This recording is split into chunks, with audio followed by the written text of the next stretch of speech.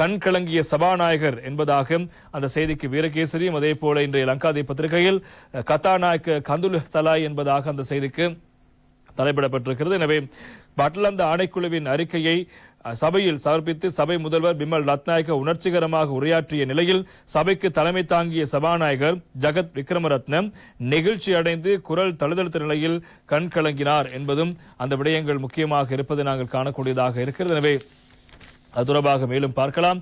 எனவே சபை முதல்வர் பிமல் ரத்நாயக்க இவ்வாறு உரையாற்றிக் கொண்டிருந்த போதும் சபையில் அமைதி நிலவியதுடன் அரசு தரப்பு உறுப்பினர்கள் இறுகிய முகங்களோடு காணப்பட்டனர்.